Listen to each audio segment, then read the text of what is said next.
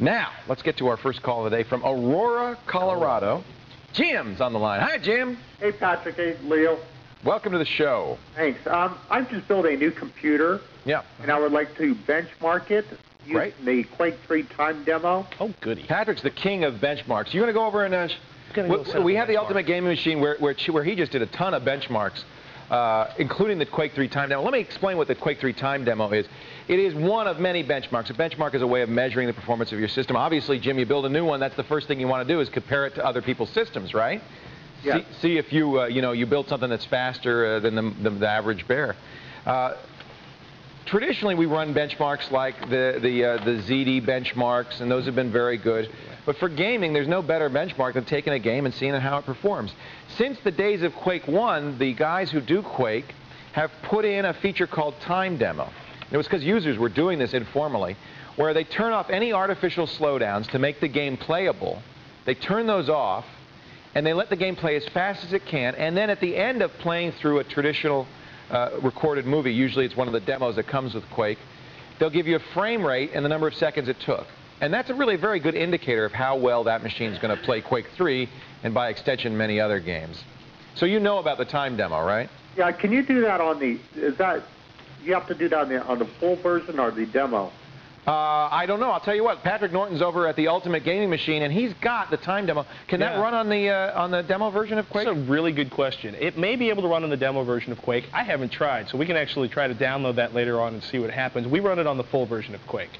I think it should run on the demo version. We can try. We'll try to download the demo version of Quake, erase the full version of Quake, and see what happens. I'm going to bet you, Jim, that you can. Yeah, that's my bet. What do you got? You have a program that we used, and this is very cool because normally, Jim, what you have to do is you have to do a lot of settings in Quake to get it to do the time demo, and everybody who does time demos has to follow the same protocol, otherwise the numbers don't match.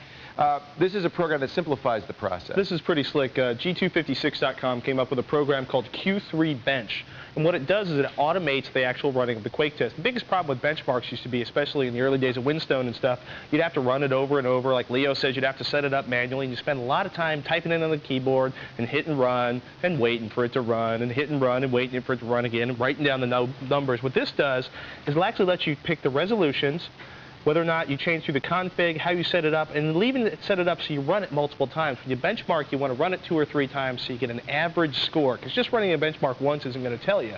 Then you hit run and go through the Q3 Quake, and what it actually does is it runs through all these different screen resolutions and runs the demo for you automatically. Now, are there any stuff other than Quake that you're interested in looking at the performance of?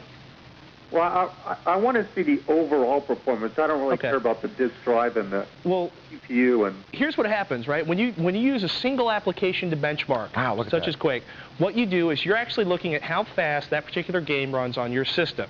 In Quake, part of the thing is, see how fast it loads? There's no real, what you're going to see from this benchmark, right, the time demo tells you how fast or how many frames your processor and your memory and your 3D graphics accelerator can pump onto the screen. It really doesn't tell you a whole lot about hard drive or disk performance. It's mostly about memory speed, CPU speed, and video card speed, and that's it, right? Because that's all that Quake really uses. Right.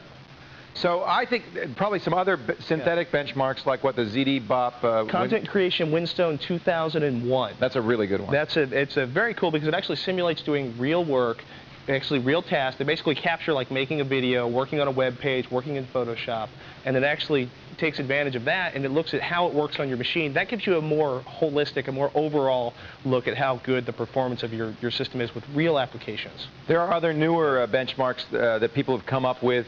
SysMark, there's a whole bunch of other benchmarks, CPU Mark, that truthfully, the real thing is to find a benchmark that reflects real performance well. That takes a lot of work, a lot of research, and then that you can go out and go on the web and see what other people are getting, because a number by itself isn't going to tell you anything, Jim. You want to see how that number compares to other comparable systems.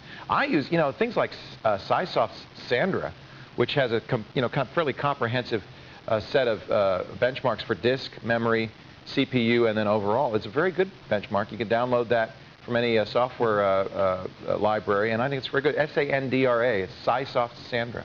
Okay, Jim? And I do believe the time demo will work with I'm almost positive the time demo will work with the demo. I've done it with the demos. Yeah. I just don't know the latest version of Quake 3 if it'll work with that. But I've done it in the past with Quake 2. Hey, you want to get on the air like Jim did? We can get you on the air. We have the technology. We do? We do. What's it called? It's called the phone, 888-989-7879. You can also use our fabulous fax machine. That phone, oh, isn't that beautiful? 437-5889 in the 415 area code. That's right. 5869. 437-5869. What I said. Or you know what? You can also chat with us.